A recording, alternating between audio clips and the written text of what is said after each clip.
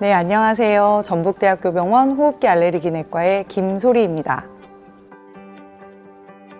알레르기 질환이라는 것은 우리 몸이 외부 물질에 대해서 반응을 하는 대표적인 면역 반응 중에 하나라고 말씀드릴 수 있는데요. 우리 몸을 외부 물질로부터 보호해 주어야 하는 면역 반응 중에 하나임에도 불구하고 이것이 너무나 과민하게 일어나면서 우리 몸에 오히려 병을 일으키게 되는 이러한 알레르기 반응으로 인해서 생기는 질환을 알레르기 질환이라고 합니다. 모든 사람에서 나타나는 것이 아니고요. 유전적인 소인이거나 또는 어떤 특정한 이유로 일반 사람들은 알레르기 반응, 즉 과민 반응을 보이지 않는 것에 대해서 특수한 감수성이 있는 사람에게서 나타나는 알레르기 반응 때문에 생기는 질환으로 대표적으로 이러한 알레르기를 일으키게 되는 알레르겐, 즉 알레르기 항원으로는 흡입형으로는 진먼지 진드기, 동물의 다양한 털, 계절형으로는 꽃가루 같은 것이 대표적인 예시가 될 수 있겠고요.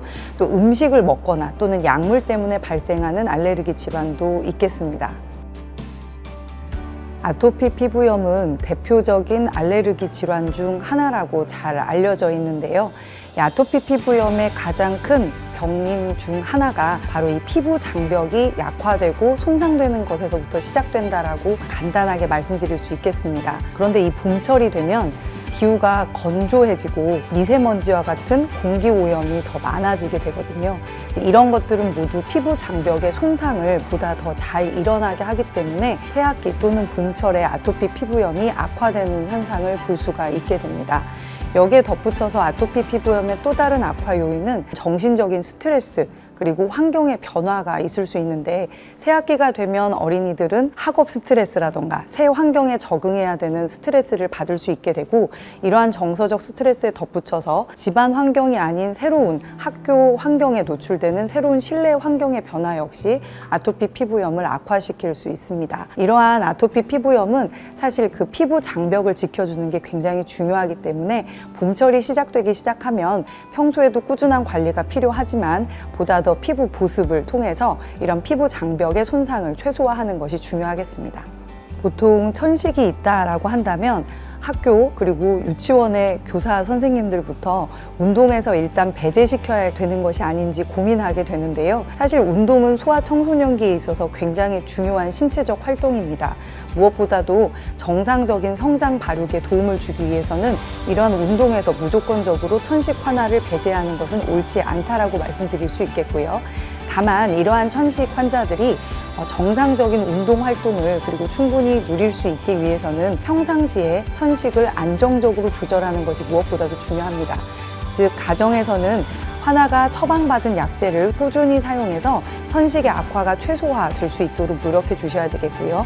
운동이 이러한 천식 증상을 악화시키는 악화 요인으로 확인이 된 환아의 경우에 있어서 학교나 유치원에서의 이런 운동 활동 전에 속효성 기관지 확장제를 사용하면서 이러한 악화를 굉장히 많이 줄일 수가 있어서 부득이한 이런 신체 활동을 제한받을 필요를 많이 줄일 수가 있겠습니다. 이와 함께 가정에서 이러한 처방받은 약제 사용 그리고 응급시 사용하게 되는 속효성 기관지의 사용에 대한 사용법의 교육을 환자뿐만 아니라 가족 그리고 교사분들이 함께 알고 있다면 더욱더 도움이 되겠고요.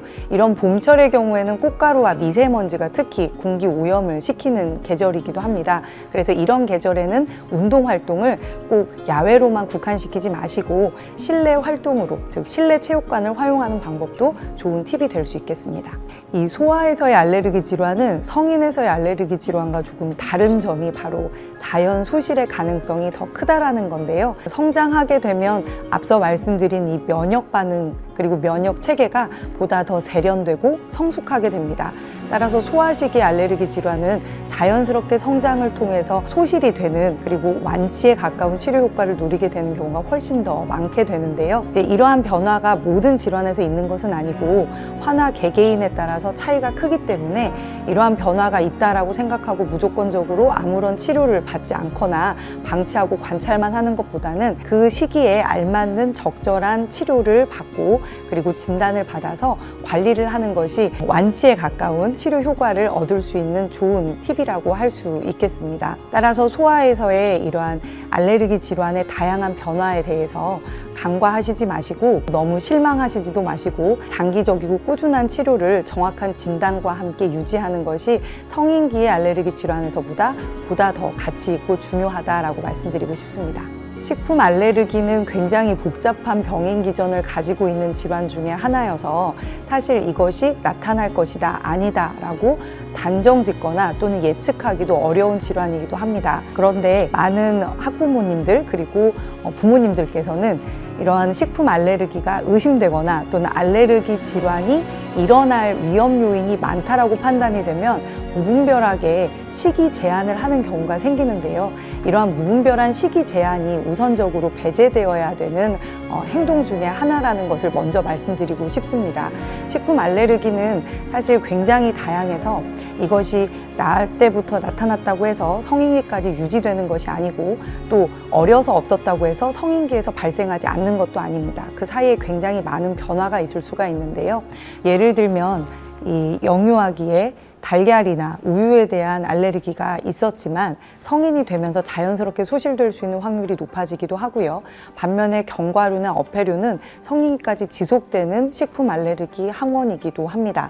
따라서 이렇게 정확한 진단을 통해서 식품 알레르기를 진단받으시고 회피해야 하는 물질을 정확히 짚어내서 회피하시는 것이 중요하겠습니다. 다만 여러 연구에서 이 모유수유라던가 그리고 적절하고 다양한 그 음식이 포함되어 있는 이유식을 적용하는 것이 이런 식품 알레르기나 또는 알레르기 질환을 예방할 수 있는 하나의 방법이다라는 보고가 있긴 합니다. 굉장히 많이 하시는 질문 중에 하나인데요. 어린이가 먹어도 되는 약이 있는지에 대한 궁금한 점이 굉장히 많으신 것 같습니다. 일단 이 알레르기 질환의 치료에는 약물요법, 환경회피요법, 면역치료요법과 같은 중요한 치료가 다양하게 있게 됩니다. 이 중에서도 약물치료는 그 핵심 중에 하나라고 할 수 있는데요. 대부분 부모님들께서 걱정하시는 거는 소아가 이러한 약을 장기적으로 먹어도 되는지에 대한 부작용이나 위험도를 걱정하시는 경우가 크게 있는 것 같습니다. 하지만 이 소아기의 알레르기 질환도 성인과 마찬가지로 사용할 수 있는 약들이 다양하고 또 성인에서 사용할 수 있는 많은 약들이 이미 소아에서도 안전하게 사용할 수 있도록 승인받은 약들이 많이 있습니다. 대표적인 예로는 알레르기 질환을 꾸준히 치료할 수 있는 경구 항히스타민제가 있을 수 있겠고요.